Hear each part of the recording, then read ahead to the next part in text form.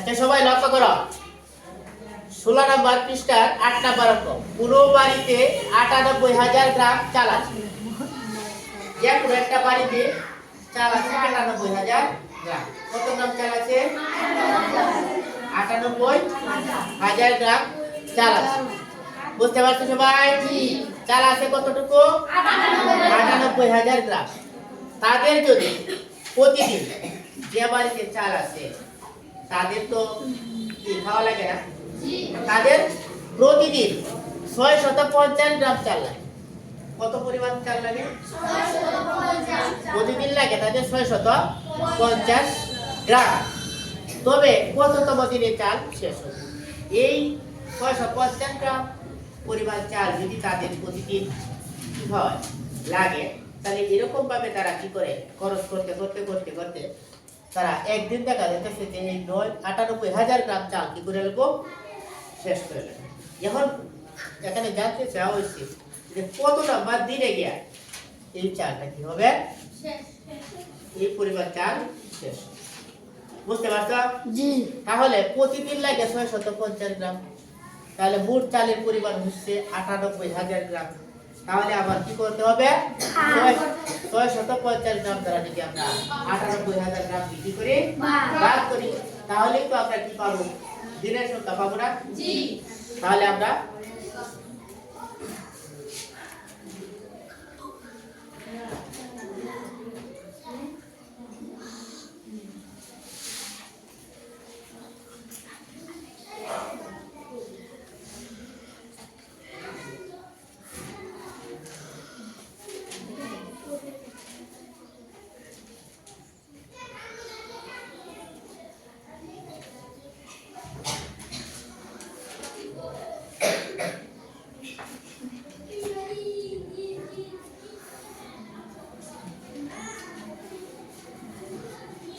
আমরা যদি ৯৮,০০০ গ্রাম কে ৬৫০ গ্রাম দ্বারা ভাগ করি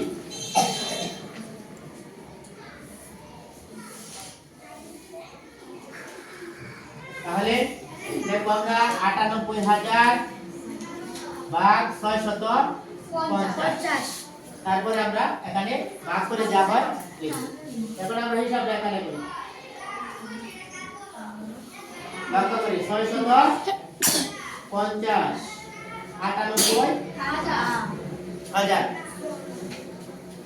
৯৮,০০০ ৬৫০ এখানে কটা অঙ্ক? তিনটা অঙ্ক। কটা অঙ্ক? তিনটা অঙ্ক। কটা অঙ্ক? তিনটা অঙ্ক। ৬৫০ দ্বারা যদি আমরা এটাকে ভাগ করি এখানে কটা অঙ্ক দিতে হবে? তিনটা অঙ্ক দিতে হবে। তাহলে কত হলো এখানে? ৯৮০।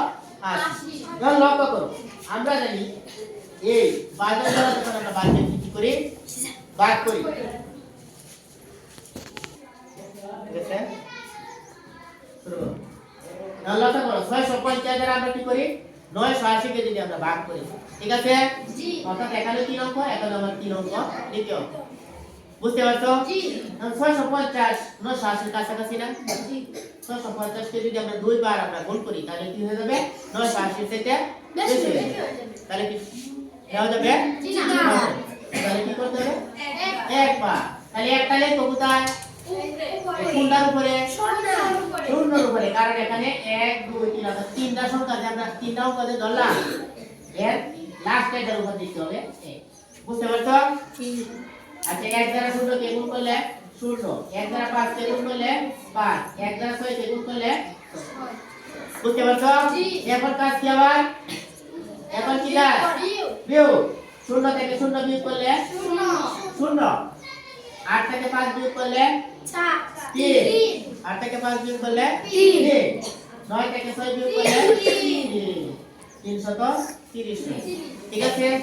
এখন কি এখান থেকে আরেকটা শূন্য আমরা বুঝতে পারছো সবাই? এখন লক্ষ্য করো ৬৫০ দ্বারা ৩৩০০ কে আমরা কি করব? বুঝছো কোন কথাটা? এখন আমরা টার্গেট করি। প্রথমে আমরা বলছিলাম যে একক শতক অর্থাৎ লাস্টের সংখ্যা দ্বারা আমরা কি করব? এই দুইটাকে ভাগ করে দেখব তার কাছাকাছি সংখ্যাটা নির্ণয় করব।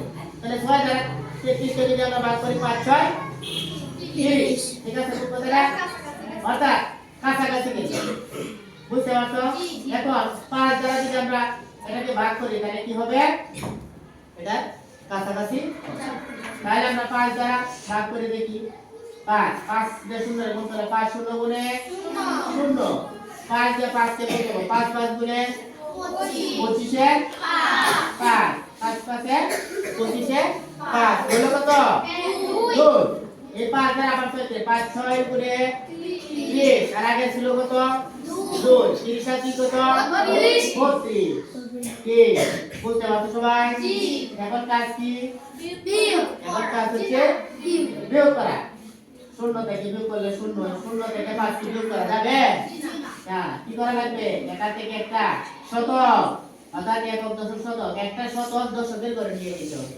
একটা শতক যখন দশকের করে নিয়ে যাব তখন এটা 10টা দশক হয়ে যাবে তার মানে একটা 10 নিয়ে গেল ঠিক আছে তাহলে 10 কে যদি আমরা 5 বিয়োগ করি 5 ঠিক আছে কোন কথাটা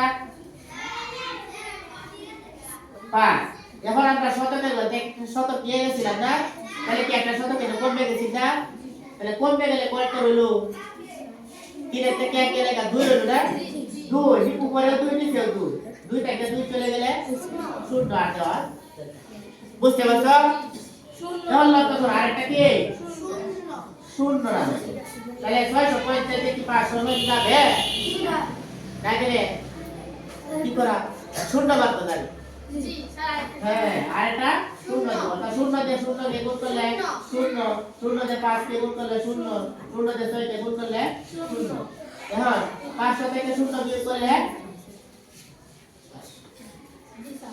ঠিক আছে জি তাহলে ভাগফল কত 150 ভাগশেষ কত 5 এখানে লিখব 5 ভাগফল 150 এবং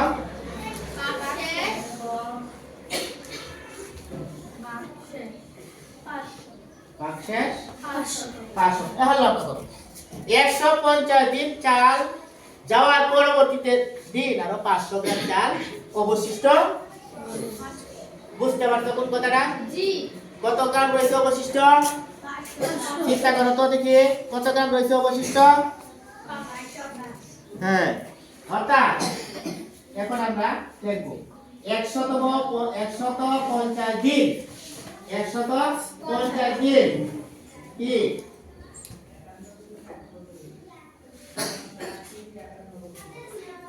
150 দিন যাওয়ার পর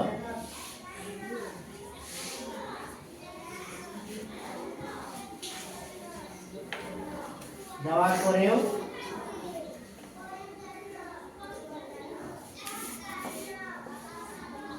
পাঁচশো গ্রাম চাল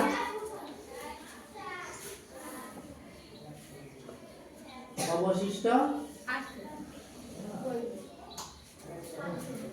রইল ঠিক আছে বুঝতে পারছো 150তম দিন তো গেলই তারপরে আরো রয়েছে কত 500 গ্রাম অবশিষ্ট তাহলে লাগবে সুতরাং 150 যোগে এই যে 500 গ্রাম চাল এটা লাগে তো আরেক দিন কি শুরু করতে তো দিনটা কথাটা বুঝছো না একটা দিনে যদি 3 বার খাওয়া লাগে তাহলে 500 গ্রাম চাল দেখি একবার খাইতে পারছো না অন্তত পক্ষে মানে পরের দিনটা তো শুরু করতে পারবি অর্থাৎ 151তম দিনটা কি করতে পারবো শুরু করতে পারবো এই জন্য লিখতে হবে 151তম 150 যোগে অর্থাৎ 151তম দিন হ্যাঁ দিনে দিন চাল হবে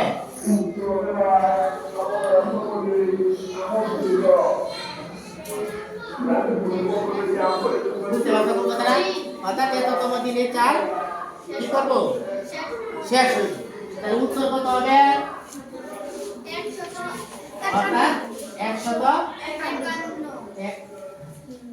কত 51তম অর্থাৎ 151তম দিনে কি হবে চাল শেষ এখন কি বুঝতে পারছো সবাই মানে 150 দিন তো এই 650 গ্রাম করে সে কি করবে প্রতি পরিবারে খাবে খাওয়ার পরে দেখা যাইতেছে 500 গ্রাম অবশিষ্ট রইল। এখন কি করবো? পরের দিন তো কি খাওয়া শুরু করতো না? শুরু করবো ঠিকই, কিন্তু এই দিনও শেষ হইতো না। কিন্তু এই জন্য বলছে 151তম দিনে এটা কি হইব? চাটা শেষ হয়ে যাবে। উত্তরটা কিভাবে লিখতে হবে? ক্রমবাচক সংখ্যা। বুঝতে পারছো উত্তরটা? তাহলে আবার উত্তর কি আসলো? 151তম দিন।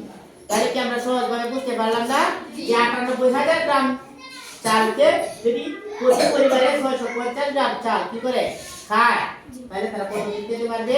150 খাওয়ার পরে অবশিষ্ট থাকবে, অর্থাৎ 151তম দিনে তাদের কি হবে? চালটা কি হয়ে যাবে? শেষ হয়ে যাবে। পরবর্তীতে চিন্তা করবে। আশা করি বুঝতে পারছো?